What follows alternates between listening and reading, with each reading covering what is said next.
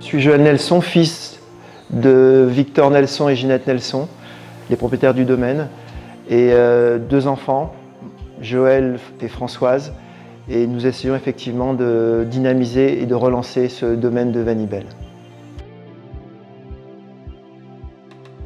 Il faut savoir que le café remonte dans les années 1723 sur l'île.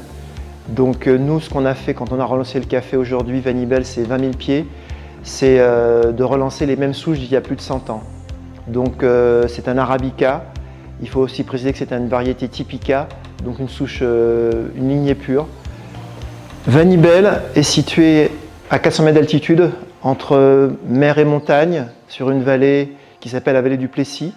Une situation géographique à 400 mètres qui lui permet aussi de faire des cultures patrimoniales, comme le cacao, le café et la vanille. Les conditions de transformation du café vont reprendre exactement les mêmes recettes que nos grands-parents faisaient, c'est-à-dire qu'une récolte manuelle, nous passons sur un même caféier 4 à 5 fois sur un intervalle de 15 à 20 jours, avec une sélection très stricte des cerises.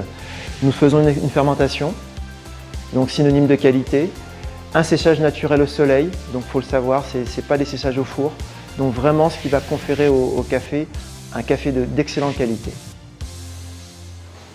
Alors le domaine de Vanibel réalise aujourd'hui à peu près 4 à 5 tonnes de café.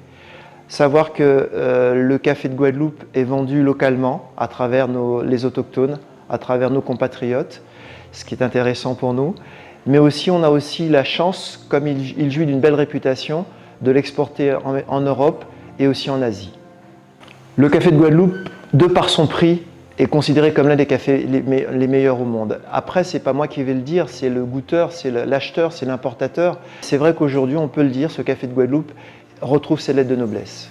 L'avenir du café de Vanibel, c'est consolider l'existant, peut-être un peu densifier les parcelles, les renouveler, et puis aussi peut-être aussi aider les jeunes qui veulent s'installer à montrer effectivement la voie pour cela et puis relancer vraiment cette filière.